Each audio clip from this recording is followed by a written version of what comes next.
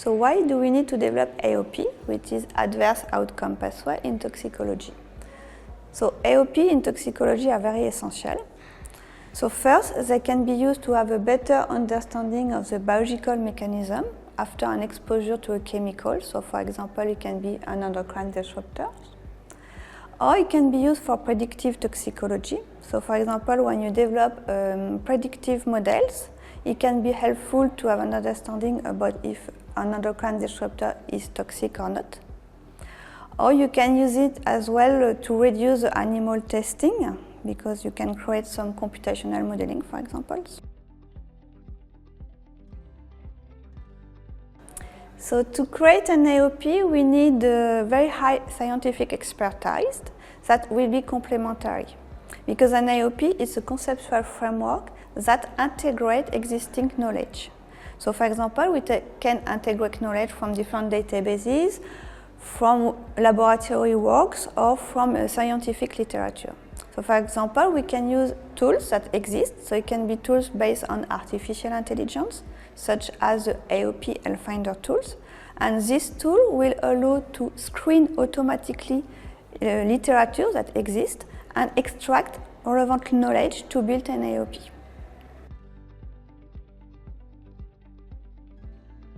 So we have different examples of AOPs that have been developed in Oberon. So these AOPs were developed by integration of results from the different partners. So in Oberon we have 11 partners. And these partners have developed targeted experimental and computational test methods. And these results were integrated to build AOPs. So for example, we have AOPs with a phthalate DEHP. So that's a compound that is used in plastic that you can find, for example, in food packaging. And these chemicals has been shown to initiate some increased lipid accumulation that can be connected to increased body mass index in population. Another example is with forever chemical PFOA, which will initiate some molecular disturbance that may be connected to obesity in the population.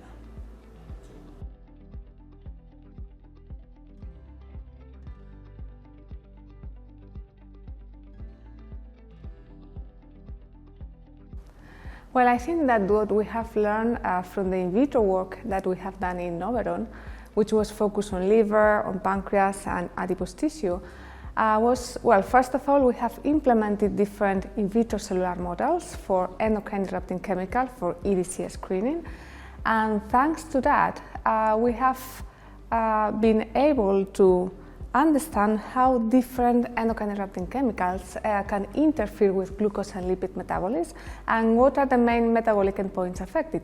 And that is really important because that helps to identify compounds that may interfere, that can disrupt normal metabolic function and contribute to the progression, the development of metabolic disorders like diabetes, obesity and liver chronic diseases.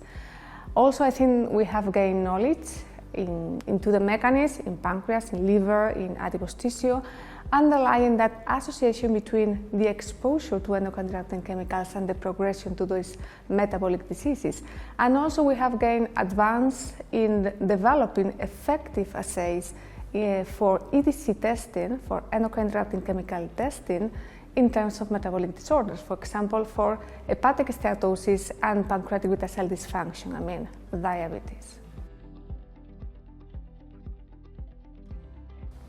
Well, I think that right now the test that is the most advanced in Oberon for regulatory purpose is the steatosis assay in hepatic cells, which is able to predict if a compound can produce hepatic steatosis.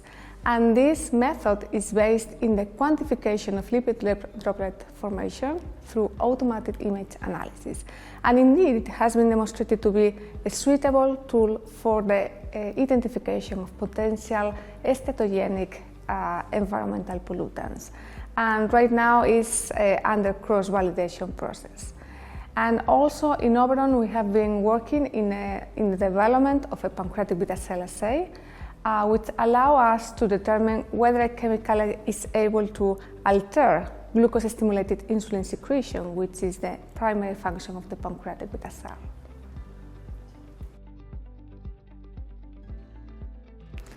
Well, regarding the research gaps, probably one is the combined effects of the endocrine disrupting chemicals. I think we need more research to understand the combined effects of the EDCs and their interactions, and also the potential additive, synergistic or antagonistic effects of these compounds, because some of the tests are focused on individual chemicals, but we know that in the real life it's much more complex.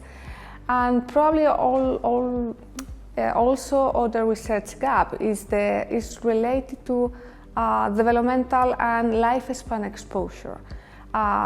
Most of the tests are focused on short exposure to endocrine disrupting chemicals in the cells or in adult animals. But I think we need more research to develop methods that better mimic those developmental and transgenerational effects. And probably we need also some more work in terms of refining and standardization of cell-based assays.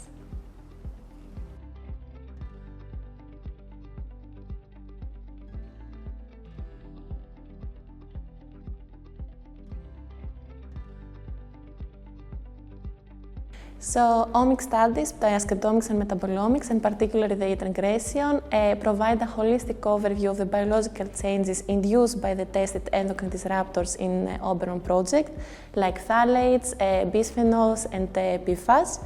The gene expression and metabolic profiles, in fact, gave us information about potential biomarkers of exposure and actually elucidated perturbated pathways that can be served as indirect or direct key events, and that can help us make a more accurate, more precise health risk assessment, and subsequently provide more targeted regulatory strategies for protecting the human health from exposure to these endocrine disruptor chemicals that are in everyday life products. So overall, among the multiply omics experiments we performed in different in vitro models like pancreatic, liver and adipose tissue cells models, or in vivo models like 5 days and 5 weeks post-fertilization zebrafish, we found consistently perturbed pathways related to lipids and amino acids metabolism, like sphygmolipid and rigorous phospholipid metabolism and tryptophan metabolism. That needs, of course, further investigation in order to be connected with the in vitro study results.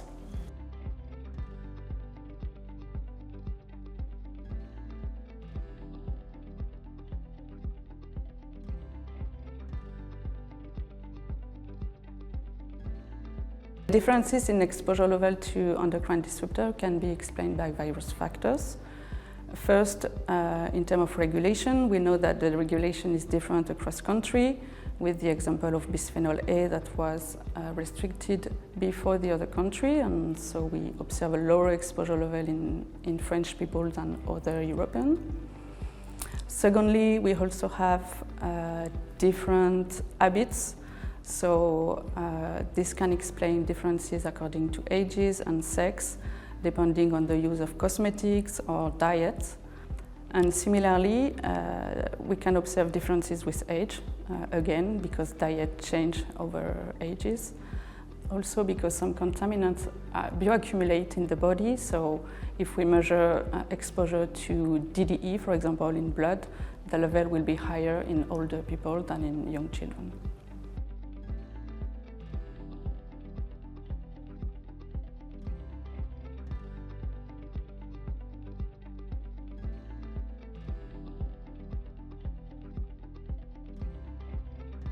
Why are we using zebrafish to study obesity in humans? Because we have an inner fish, meaning that we have an ancestor, common ancestor with this animal, and there is a conservation, very high conservation of biological processes implicated in the storage of energy in adipose tissue. So the ZOT method is very highly operative. It can be used by every laboratory because the protocol is very well defined. And in addition, it has been developed tools by using artificial intelligence for performing the analysis of the results.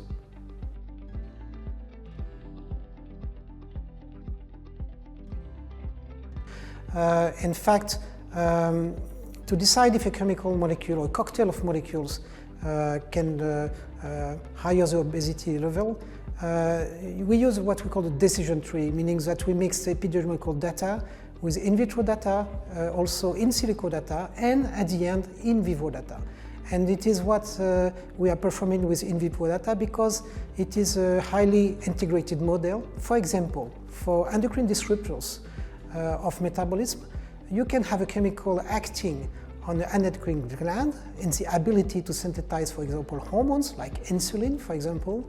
And if you impair this functionality, you impair also by an indirect effect the hormones, the tissues that are targeted by these hormones.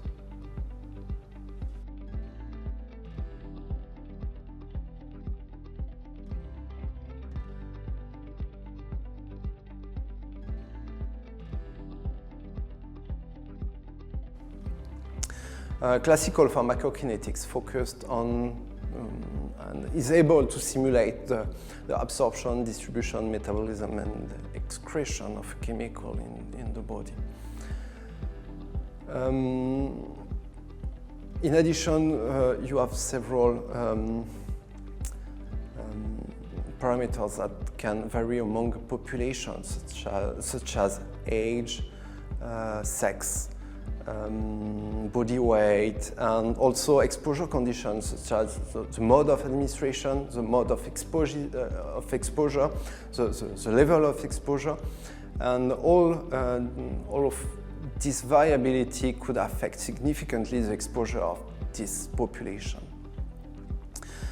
In this context, PBPK models are able to take account of this variability by providing physiological parameters to this model, such as blood flow, cardiac output, organ weight, organ volumes, metabolic clearance. You can have a quite accurate prediction of the fate of the chemicals in general population, but also in subpopulations, such as sensitive population, infants, toddlers, transplant patients, elderlies, pregnant women. PBPK models are actually mathematical equations that summarize what is occurring in the body, a body that is consisting in several compartments, representing each compartment representing an organ. And each organ is connected with a liquid, mainly blood.